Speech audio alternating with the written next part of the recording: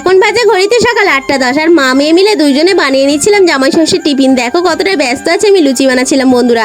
তো খুব একটা ভালো বানাতে পারিনি, যতটুকু পেরেছি আমি চেষ্টা করেছি। দেখো বন্ধুরা, লুচি তরকারি রেডি। আর এদিকে দেখো দাদা এসে গিয়েছে, বা দিদি জামাইবাবু এসে গিয়েছে। তো দাদাকে প্রথমে একটু শরবত দিয়েছিলাম, তারপরে আমি এদিকে থালাগুলো রেডি করছিলাম। জামাই ষষ্ঠী যে সমস্ত ফল মিষ্টি হয়, আমি তো যেহেতু আগের দিন বিকালে এসেছি, আজকে রাস্তাঘাটের ভিড়ভাট্টা ওর মিষ্টি দোকানের লাইন এগুলো কিছুই দেখাতে পারলাম না বন্ধুরা তোমাদের।